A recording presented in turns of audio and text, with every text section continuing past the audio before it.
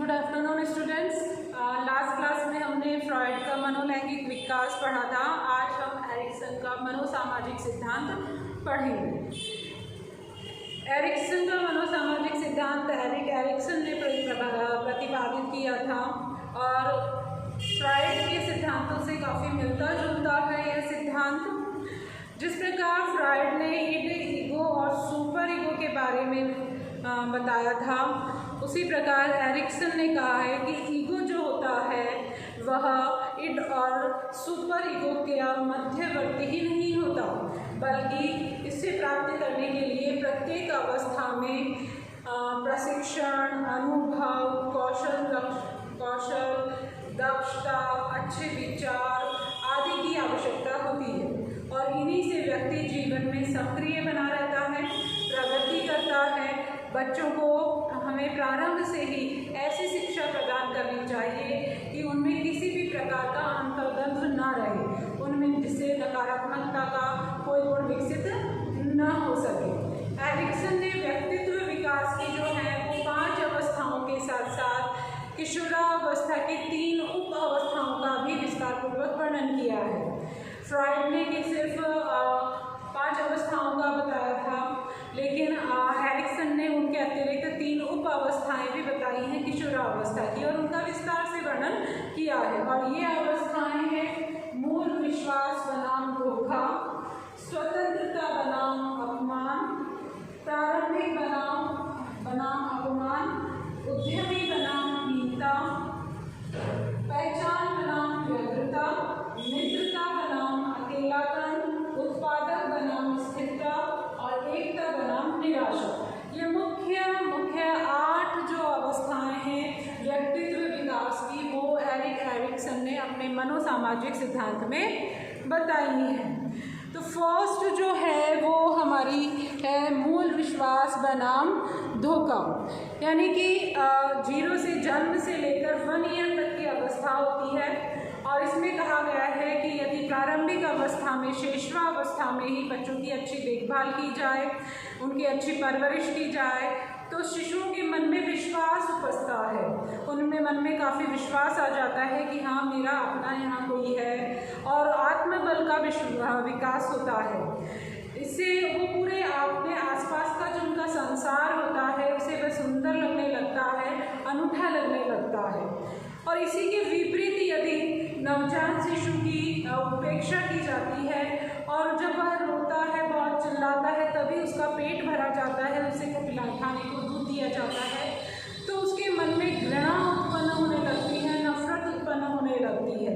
यानी कि हम कह सकते हैं कि इसी अवस्था में बालकों में नकारात्मकता के बीज पनपने लग जाएंगे। सेकेंड अवस्था हमने कही है स्वतंत्रता बनाम अपमान या शंका की, जो कि 1 ईयर से 3 ईयर्स तक की होती है और इसमें नवीन कामक मानसिक कौशल जो होते हैं उनका प्रयोग करके बालक स्वयं के बारे में सोचता है, विचारता है और निर्णय करता है। प्रेम पूर्वक व्यवहार के द्वारा बालकों के मन में हम स्वराज्य जैसी भावना का विकास करते हैं, जिससे बालक में काफ़ी अच्छे गुणों का विकास होता है, बालक में आत्मबल, आत्मविश्वास बढ़ता है, कौशलों का विकास होता है, क्रिएटिविटी बढ़ती है बच्चों की। लेकिन इसके विपरीत यदि बालकों के साथ ऐसा नहीं होता है और इसके विपरीत क्रियाएं व्यवहार उनके साथ होता है, तो बालक जो होता है वह शर्मिंदगी, अपमान, लज्जा जैसे गुणों से भर जाता है और नकारात्मक गुणों का उसमें काफ़ी विकास होने लग जाता है। थर्ड स्टेज हमने कही है प्रारंभिक बनाम अपमान, जो कि 3 to 6 ईयर्स की अवस्था होती है और इस अवस्था के बच्चों के साथ मैत्रीपूर्ण व्यवहार के द्वारा खेल के माध्यम से सद्गुणों एवं सकारात्मक गुणों का विकास किया जाता है, जिससे बालकों में जिम्मेदारी की भावना उपजती है।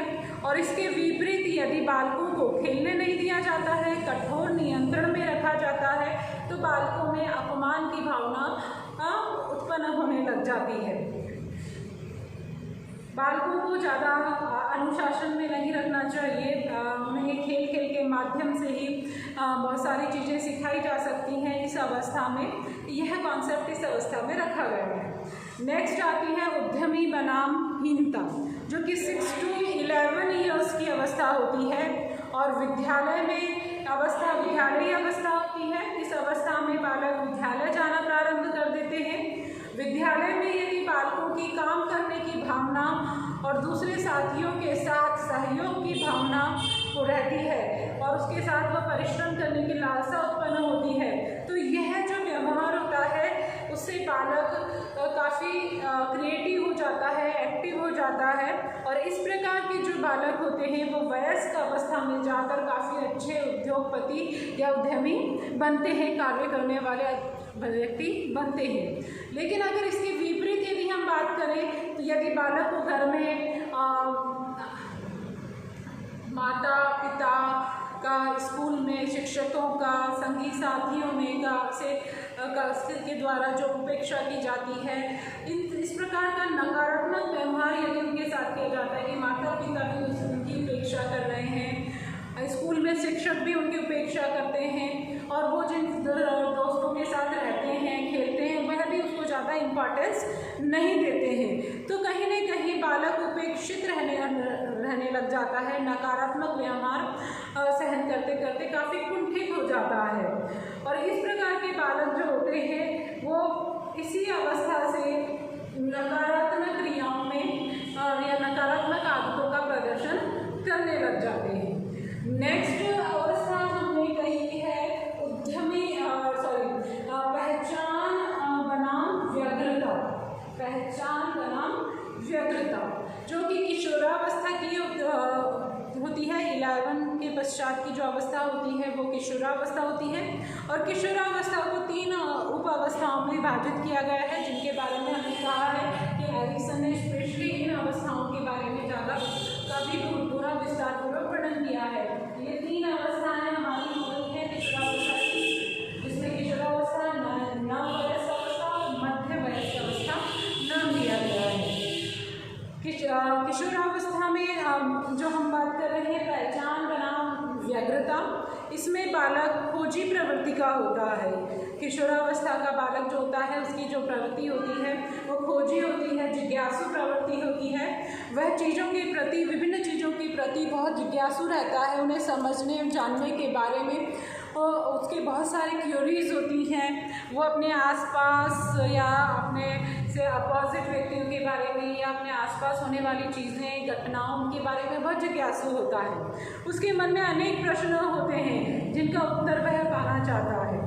वह जानना चाहता है कि मैं कौन हूँ, मेरा समाज में क्या, मेरा समाज क्या होता है, मेरा समाज में क्या स्थान है, मैं समाज के लिए क्या कर सकता हूँ और समाज को मुझसे क्या अपेक्षाएं हैं। इस प्रकार के विभिन्न जो प्रश्न होते हैं वह उसके मन में उत्पन्न होते रहते हैं, जिनके बारे में वो काफ़ी जिज्ञासु, जिनके उत्तर आंसर्स पाने में, आंसर्स के लिए काफ़ी जिज्ञासु होता है। अपने लक्ष्यों और मूल्यों को निर्धारित करना सीख जाते हैं बालक। इसमें लक्ष्य प्राप्ति में सफलता यदि उन्हें मिलती है तो कहीं न कहीं उनमें आत्मविश्वास, सेल्फ कॉन्फिडेंस डेवलप होना प्रारंभ हो जाता है।